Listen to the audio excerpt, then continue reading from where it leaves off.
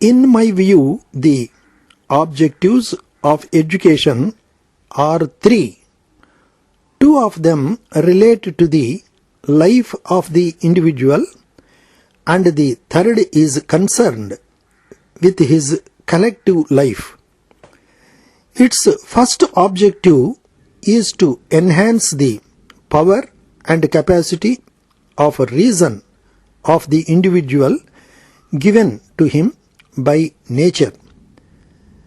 The reason is a gift made by nature to man at the time of his birth, but in its original form, its capacity and power are extremely limited. The education makes him reason so powerful and capable as to understand the nature of his own personality and that of the world around him, and while living in it, to direct his life in the right channel. The second objective of education is to train the senses of every individual human being as to enable him to employ them for satisfying all his physical and other needs. While knowledge is essential for a proper employment of these organs, their practical training is also necessary for the same purpose. The third purpose of education is to train the individual to enable him to live and work with his fellow beings. Whether a person likes it or not, he has to live in society. Collective life is inevitable, and it is also necessary that every individual should be fully conversant with the art of collective living. In the past, there was no necessity for an effort to achieve these three objectives or to maintain a balance of them. But today, it has become necessary to realize these objectives in his life. So, it is that in the past people have been feeling in all parts of the world the urgent necessity for a fundamental change in the existing educational system. In our country, there has been no change in the sphere of education. People here have no doubt been thinking about this problem, but I am afraid that so far there has been no outward effect worth mentioning of such thinking. It is true that our educational institutions are fulfilling the first objective of education, but they are doing almost nothing to realize the other two objectives of education.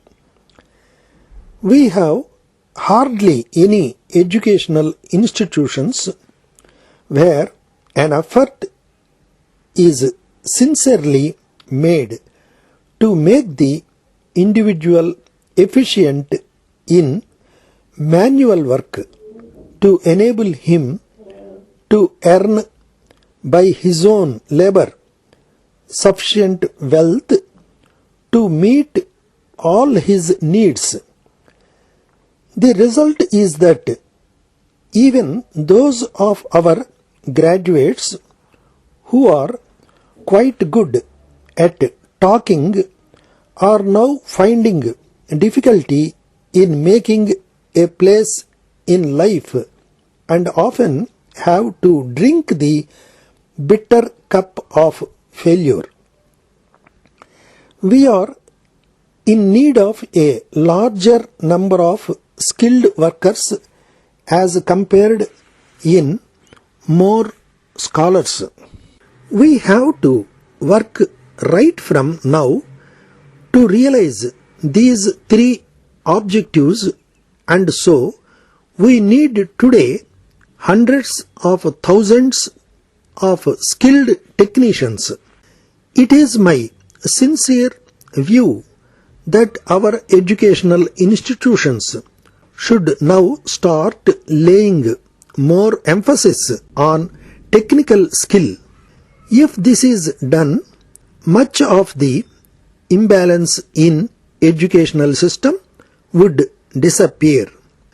There should be arrangements in universities for every kind of research, and practically there should be arrangements for that type of research which is related to problems of the region in which that university is situated. Our universities have not so far assumed this role in our lives, but I am convinced they cannot succeed and cannot be useful for our people without doing so. Dear friend, I am glad you asked me to advise about the opening of a bank account, and I will gladly give you all the help I can. I understand that you are now paid monthly by check and that you are wondering how to deal with it. When you approach the manager of the bank, he will inform you that there are two kinds of accounts, namely a deposit and a current account. The deposit account is for the person who wants to save. He pays his money into the bank and leave it there as long as he can and receives interest for doing so. The current account is quite different. It is used by those who have a sum of money in hand but who know that they will have to pay out at least a part of this sum. Since the sum in the current account is intended to be drawn at any moment and it cannot be used by the bank for any other purpose, the bank generally allows less interest on current account than on deposit account.